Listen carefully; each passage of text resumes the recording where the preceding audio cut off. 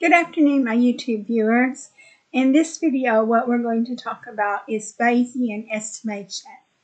So Bayesian estimation incorporates prior knowledge or beliefs about the parameter along with the observed data to update the probability distribution of the parameter. This approach provides a full probability distribution for the parameter, allowing for more comprehensive and uncertainty qualification. So in order to prove this, I'm creating a chart using Bayesian estimation, and we're going to use the beta distribution to do that. So we're going to create a beta model. So alpha is shape 0 is going to be 6, and beta shape 1 is going to be 5. Then your binomial model, you have number of successes is 8, and the number of trials is n. And then for your Bayesian model, your posterior alpha is 14, and your posterior beta is 7. And then so what we're going to do is we're going to create a chart, and this chart is going to go, the data for the chart is going to go from 0 to 0.99 in 0.01 degree increments. And to go in 0.1 degree increments, it's going to be 100 samples of data. And then your prior PDF is going to be beta.dist brackets A16, comma, B4, that's your alpha shape 1, B5, that's your beta shape 1, and false, making it a PDF. And that's your prior PDF.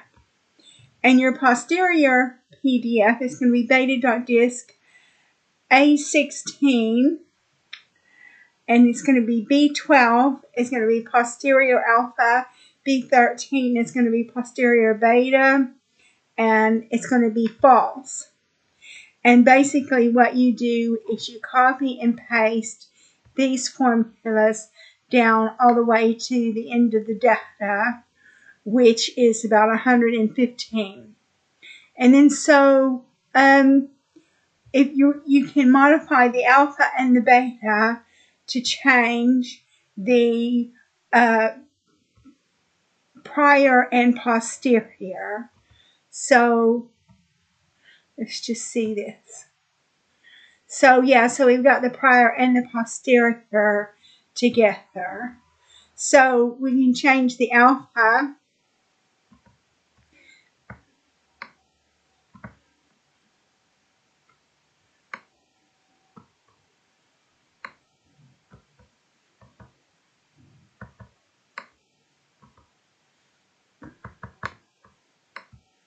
So it's a little bit difficult to get the slider to work. I mean, obviously, when I put the slider in, it worked.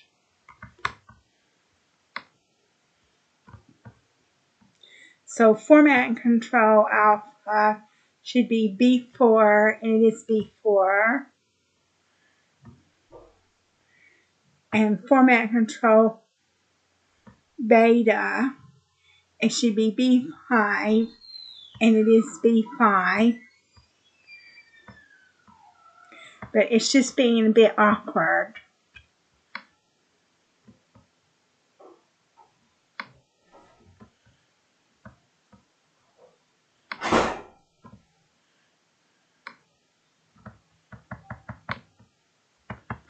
It's just being a bit awkward getting it to work.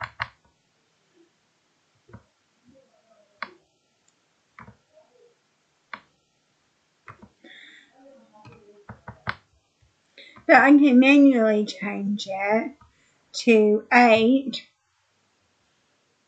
and it automatically changes, and this to 4,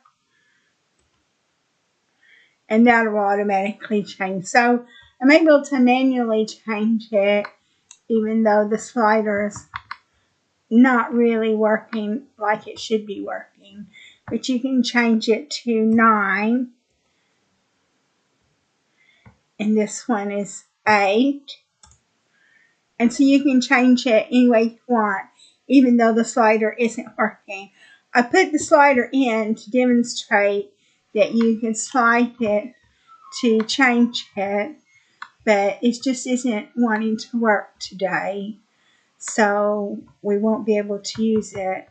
I tried my best to get it to work and I couldn't. But I did actually demonstrate the Bayesian estimation manually inputting the data. So that concludes this video. The next video is going to be on least squares estimation, and I hope you decide to watch it.